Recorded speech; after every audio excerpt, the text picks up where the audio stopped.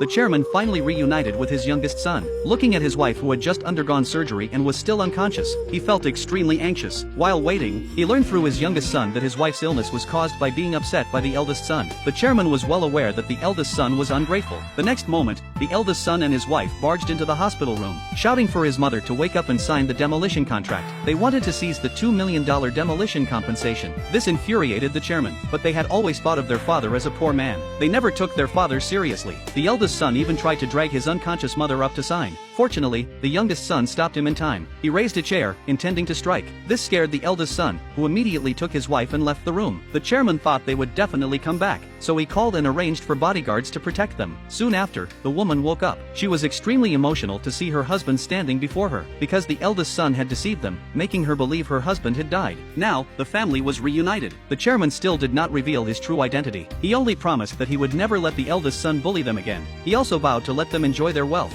A few days later, the chairman took his wife and youngest son back to the villa. They were stunned when they saw the luxurious villa, because this was the Cloud Mansion community, where the least wealthy residents had a net worth of at least $1 billion. The chairman explained that he had made a bit of money from overseas investments. Just then, the eldest son called again. He threatened his mother to quickly go to the village committee and sign the demolition papers. Then, he demanded the $2 million compensation be transferred to him. He wanted to use the money to attend a bidding conference for the Dingsheng Group. The chairman, upon hearing this, was enraged. He firmly stated that he would not give the money to him. After hanging up the phone, the youngest son was worried that the eldest son would not give up. He thought about taking the demolition money and transferring it to the eldest son. His father immediately stopped him. He claimed that over the years, he had already transferred $30 million to the eldest son. He originally intended for this money to be used for their family's living expenses, but the eldest son had taken it all for himself. Thinking of this, the chairman was very angry. He vowed that the eldest son's business deal would never go through. On the other side, the eldest son and his wife were discussing how to attend tomorrow's bidding conference. If they could strike a good relationship with the chief engineer of Dingsheng Group, they would be able to enter high society. Little did they know that the chief engineer they were talking about was the chairman, who was also their despised poor father. The next day, the chairman brought his youngest son to the bidding conference. Just as they were about to enter, the eldest son arrived. The eldest son first insulted them, claiming that no matter how they dressed in suits, they were still poor. He then mocked them for not having invitations and not being able to get in. The youngest son had always thought his father brought him there to find a job. Thinking there was no invitation, he thought about going home instead, but his father said that with him around, they would never need to work again in 10 lifetimes, and that he didn't need an invitation to enter the conference. But the next second, they were stopped at the door by 2 security guards. They were then mocked by the eldest son and his family. The chairman was very angry. He immediately instructed the security to call the manager to come and see him. The security guard looked down on him for dressing like a beggar, and firmly refused to let them in. He said this was not a place for him to find a job for his son. The other guests also mocked them when they saw this, saying they were not qualified to come to such a high-end hotel. Just as the security guard was about to throw them out, the manager of the Dingsheng Group walked over. After learning that the chairman had been stopped by the security guard, he angrily slapped the guard. He said that this man was the group's chief engineer. Everyone was stunned after hearing this. The younger son became doubtful about his father's identity. Only after hearing his father's explanation did he learn that their family was the largest shareholder of Dingsheng Group. His father served as both the chief engineer and the chairman of the board. Today, he had brought his younger son to attend the bidding conference, hoping that his son would get to know more powerful people. In the future, he planned to hand the company over to his younger son to manage. When the elder son saw them, he became very angry,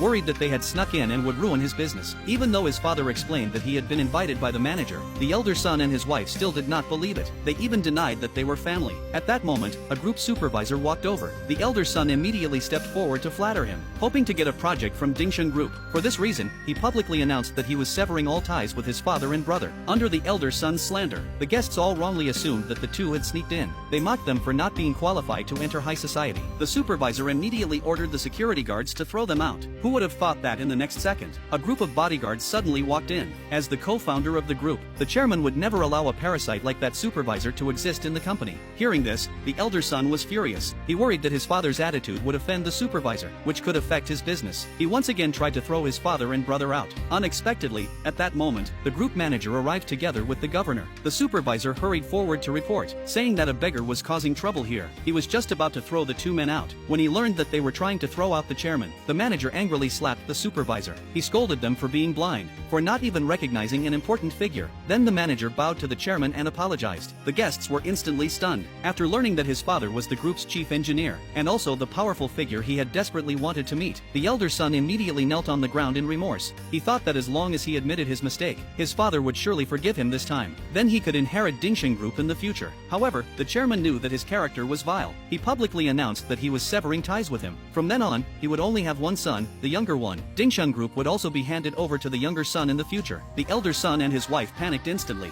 They knelt down and pleaded, but it was useless. In the end, all three were driven out of the banquet hall by the security guards. They were also blacklisted by the entire industry. After returning home, the younger son happily told his mother that his father was an extraordinary man. His mother had long known that her husband was a man who did great things. Although their family was now the richest in the world, his mother still reminded the younger son to study hard and become a person like his father in the future. Suddenly, the phone rang. After answering it, the nanny informed the chairman that the elder son was at the door asking to see him. The chairman refused. Now he had no other son except the younger one. After his wife's health improved, they planned to travel abroad.